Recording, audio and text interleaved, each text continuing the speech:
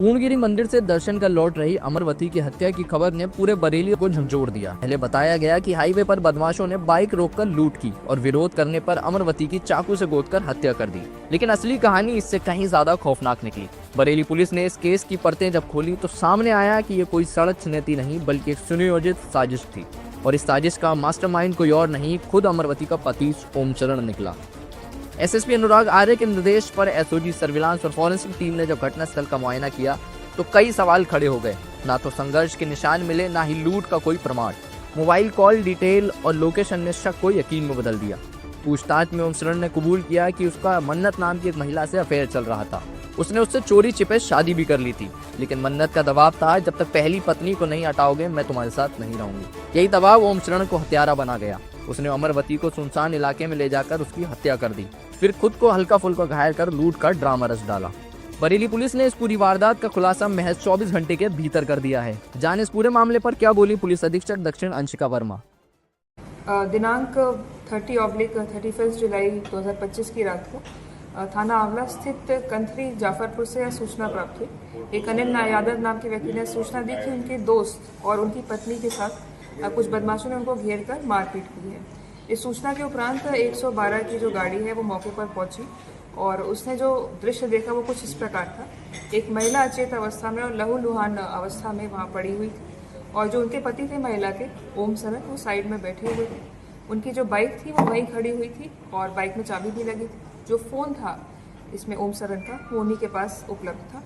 घटना के बारे में पूछने पर उन्होंने बताया कि उनके साथ 3 से 4 बदमाशों ने लूट कारित की है, और लूट कारित करने के उपरांत उन्होंने उनकी बीवी को मार डाला।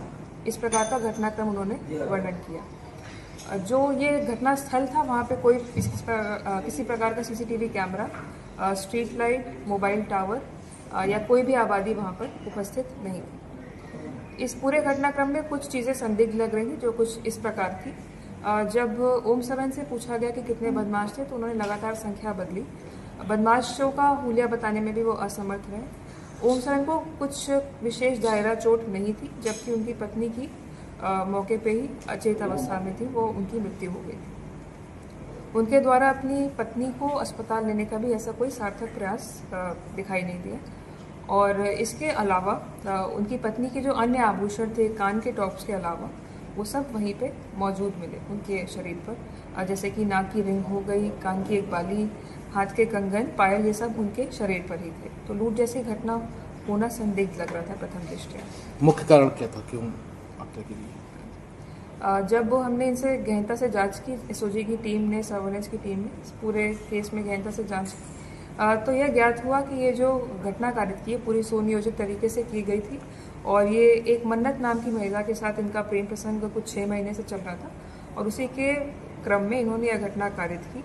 और इन्हीं की निशानदेही पे हमने कुछ सामान बरामद किया है घटना का स्थल से, जो कि कुछ इस प्रकार है।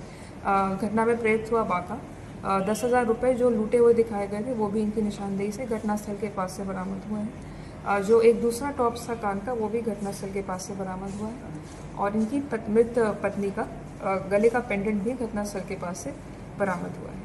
इस पूरे घटनाक्रम में, जो कि एक बहुत जघन्य प्रगति का घटनाक्रम है, उसको रिकॉर्ड टाइम में सफल अनावरण करने के लिए जो एसओजी टीम है, दोनों सर्वेलेंस टीम और थाने की टीम को 25,000 का रिवॉर्ड एसएसपी सर की तरफ से इसमें दिया जा रहा है। इसमें अभियुक्त को गिरफ्तार करके जेल भेजा जा रहा है और अग्रिम विधिक कार्रवाई संपूर्ण प्रकरण में प्रचलित है।